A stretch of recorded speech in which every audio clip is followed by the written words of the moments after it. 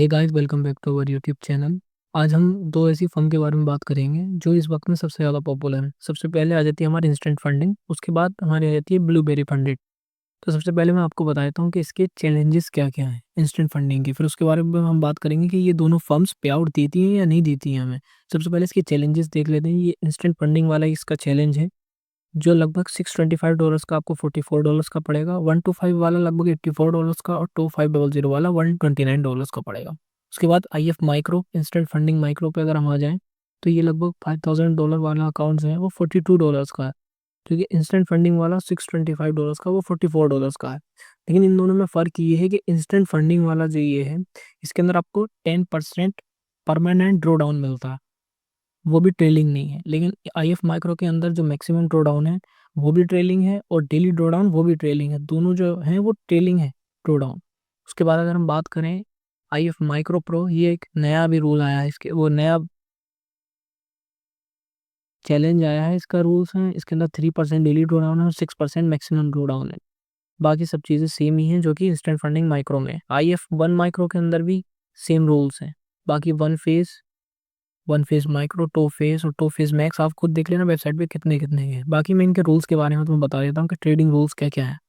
सबसे पहले इसके अंदर जो है आपकी दिखाता हूँ आपको प्रोवेटेड प्रैक्टिसेस क्या क्या है।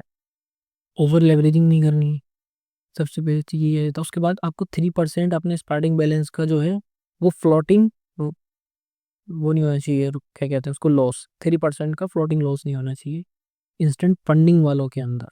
जो आपका इंस्टेंट फंडिंग स्टैंडर्ड है ये वाला, इंस्टेंट फंडिंग वाला जो स्टैंडर्ड है जिसके अंदर आपको ये $625 का अकाउंट मिलता है, $44 का, इसके अंदर आपका 3% ट्रेलिंग लॉस नहीं जाना चाहिए। उसके अलावा जो IF माइक्रो है, IF वन अकाउंट है, इनके अंदर 1% से ज़्यादा आपका ट्रेलिंग लॉस नहीं जाना चाहिए।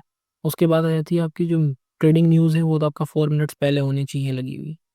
बाकी कॉपी ट्रेडिंग इसमें वैसे अलाउ है, लेकिन सेम अकाउंट के अंदर दो अकाउंट्स पे अलाउड नहीं होती है। उसके बाद आपका बाकी इसके अंदर मार्टिगनल भी अलाउड नहीं है। मार्टिगनल का मतलब ये होता है अगर हमारी 1 सेंट ट्रेड चल रही है और अगर हमने नीचे से 2 सेंट ट्रेड लगा दी तो ये आपका अकाउंट सॉफ्ट ब्रीज कर देंगे और आपको पे आउट नहीं मिलेगा। उसके बाद आपका स्मार्ट ड्रॉडाउन, बाकी ऐसा इसमें कुछ नहीं है। हम आ जाते हैं इसके FAQs पर।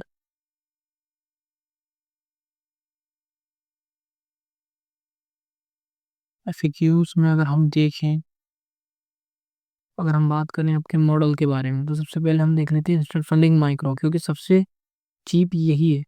इसके अंदर आपको 4% की 4% डेली लॉस में नहीं जाना होता है। उसके अलावा आपके इसके अंदर लॉट साइज भी होते हैं, क्योंकि आप 5000 वाले में फॉरेक्स के अंदर पूरे 2 लॉट खोल सकते हैं। लेकिन आप यहाँ पर मेटल्स के अंदर, यानी कि जैसे आपका गोल्ड है या सिल्वर है, उसमें 0.15 से ऊपर कोई भी लॉट नहीं खोल सकते। इंडाइसिस के अंदर आप 1 लॉट खोल सकते हैं और BTC वगैरह में 0.5 लॉट खोल सकते हैं। रिस्क पर ट्रेड 1% रहेगा, यानी कि 1% से ज़्यादा आपको लॉस नहीं करना है एक सिंगल ट्रेड के अंदर या रनिंग ट्रेड्स के अंदर। और आपकी जो इसके अंदर कंसिस्टेंसी रूल है वो 15% रहने वाला। आगे अगर हम बात करें ब्लू फेरी फंडेड के बारे में, ब्लू फेरी फंडेड के अंदर जो इंस्टेंट लाइट और इलाइट, ये दो है।